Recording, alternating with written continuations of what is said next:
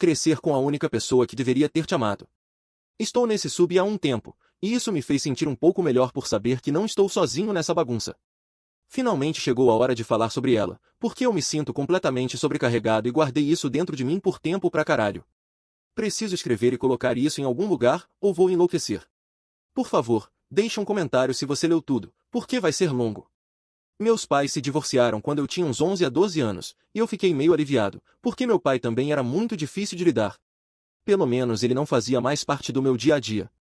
Eu sempre preferi minha mãe, mas quando começamos a morar sozinhos, eu com 12, meu irmão com 6, e ela, foi aí que a merda começou. Por um tempo tivemos uma babá, mais para o meu irmão, mas na maior parte do tempo ficávamos sozinhos, e eu tive que virar o pai da casa.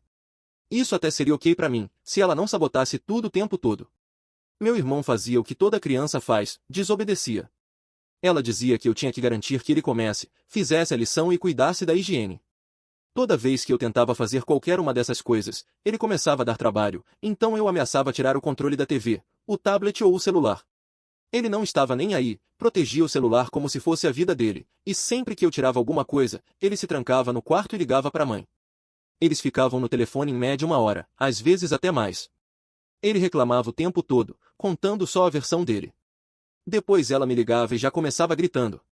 Quem você acha que é? Como ouse a tirar as coisas dele? Quem te deu esse direito? Você não é o pai dele. Quando ela se acalmava um pouco, eu começava a explicar o que realmente aconteceu, dos dois lados, mas isso durava no máximo 5 minutos. Aí ela dizia que chegaram clientes ou que precisava resolver algo e que ligaria depois, o que quase nunca acontecia. Ou seja, ele tinha 1 hora inteira para dizer o quanto eu era horrível, e eu mal conseguia explicar a situação. Depois ela ainda vinha questionar por que ele estava com a lição atrasada, fedendo, etc. Não estou dizendo que eu era perfeito. Às vezes eu provocava de propósito, como um foda-se. Mas eu realmente tentava fazer o meu melhor. Esse foi nosso normal por 1 ano inteiro.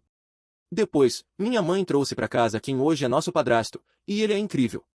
Mesmo assim, acabamos nos afastando um pouco porque eu morei sozinho por 3 anos. As coisas ficaram ok por cerca de 1 mês, até eles decidirem que ela ficaria em casa cuidando da gente enquanto ele trabalhava. Muitas vezes eu chegava da escola cansado, eu tinha alguns problemas lá, nada extremo, e antes mesmo de entrar no prédio, já dava para ouvir os gritos pela janela. Eu chegava em casa e ela simplesmente trocava o alvo do meu irmão para mim porque eu tirei nota C, D, e ou qualquer outra.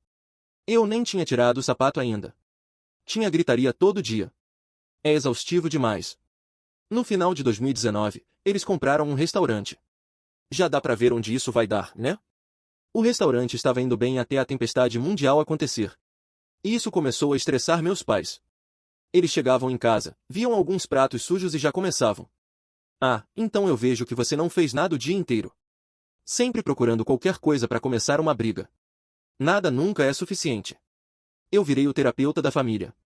Quando eles brigavam, eu era quem resolvia, e muitas vezes ficava do lado do meu padrasto porque eu conheço a merda da minha mãe. Mas quando ela brigava comigo, ele nunca me defendia, o que só reforçava o comportamento dela e fazia ela achar que estava certa. Quando íamos fazer compras, a gente tinha conversas de homem para homem, e de alguma forma minha mãe sempre sabia tudo o que eu tinha dito. Isso me deixava furioso e traído, porque ele era a única pessoa sã, mas fazia isso. Naturalmente, parei de confiar nele. Com o tempo, até encontramos um meio-termo.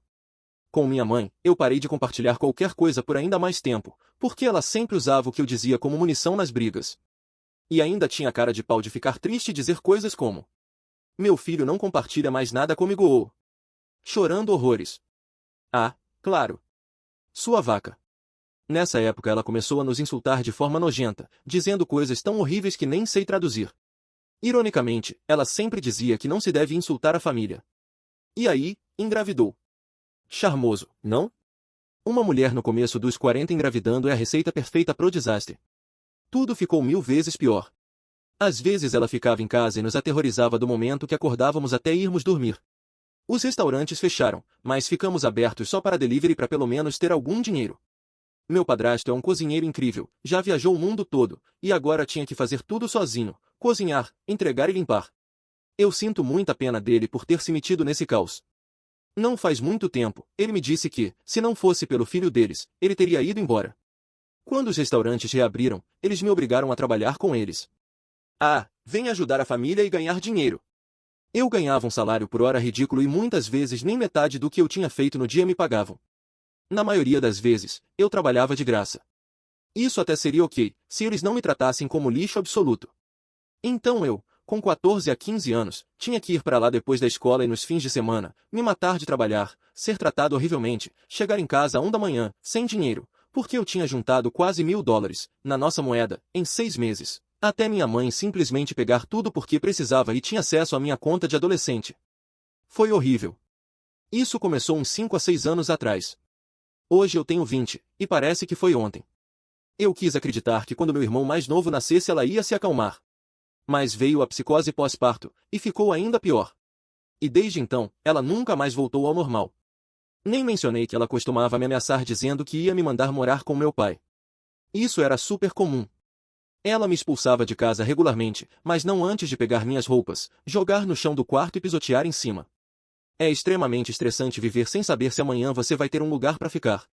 Aí veio uma notícia maravilhosa, eles decidiram voltar para o país de origem, e eu ficaria aqui para continuar estudando.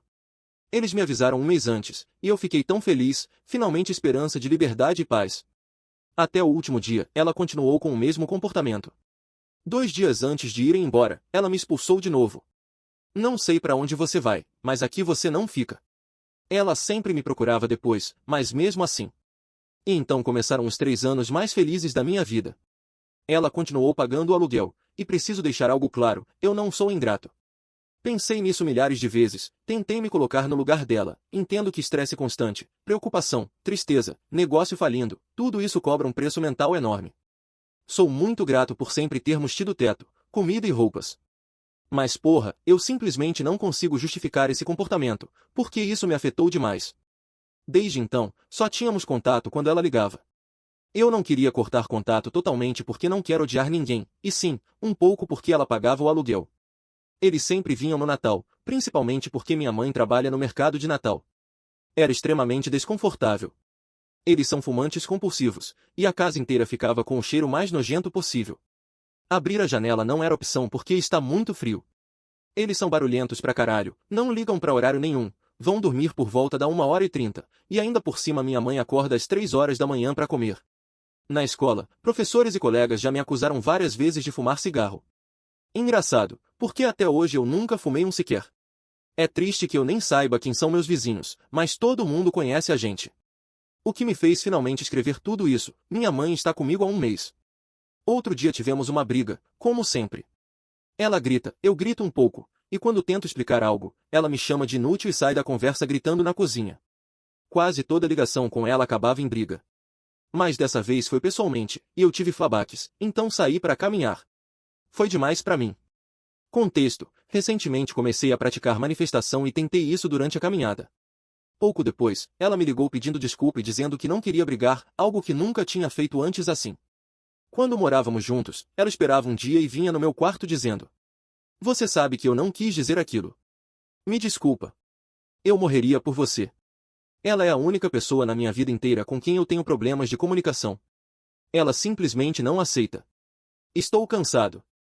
E no mesmo dia fazia tudo de novo. Muitas vezes nem se dava ao trabalho de pedir desculpa. Quando brigávamos por telefone, ela nunca ligava de volta para resolver. Dessa vez, eu tive esperança. Ontem tivemos uma conversa profunda surpreendentemente agradável sobre o passado. Não começou assim, mas terminou. Eu contei quantas histórias li aqui, nesse sub. Ela ficou defensiva, mas depois assumiu responsabilidade. Eu fiquei em choque. Em certo momento, contei que numa conversa com um amigo eu tinha pesquisado algo e achei um artigo tipo tipos de pensadores, e um tipo me chamou a atenção, o pensador emocional. Eu disse que achava que ela era isso, e ela concordou. Disse que queria muito mudar. E eu acreditei. Também expliquei que eu sou um pensador racional e separo sentimentos da situação. Fiz questão de explicar como se fosse para uma criança de 5 anos que isso não significa não ter emoções, porque isso seria psicopatia, e eu não queria que ela usasse isso contra mim no futuro. Hoje, ela me mandou ir ver meu irmão, ela veio com o mais novo. Ele fica o dia inteiro apodrecendo o cérebro no iPad. Quando ela trabalhava, dizia que eu estava destruindo meu irmão porque deixava ele no iPad e não brincava com ele, sendo que eu brinco sim.